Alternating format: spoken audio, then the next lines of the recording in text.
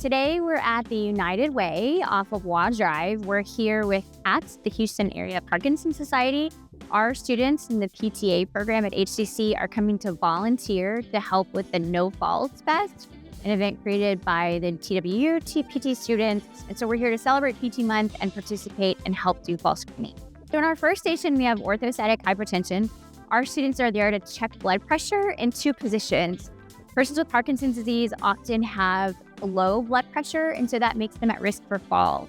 So we're able to help screen them and say, or suggest that they have that checked by their doctor and give them small cues and tips on ways to stay safe when their blood pressure drops.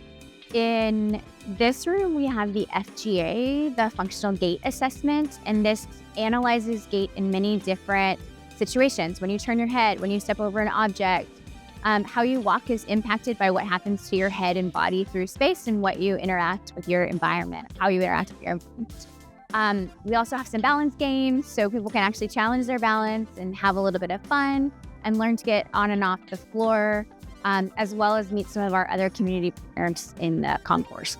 People who come here are interested in learning more about their fall risk, and they'll be working with PT assistants, both in the clinic and, they'll run across people with Parkinson's in their everyday lives, outside in the grocery stores, in church settings, and in other settings as well.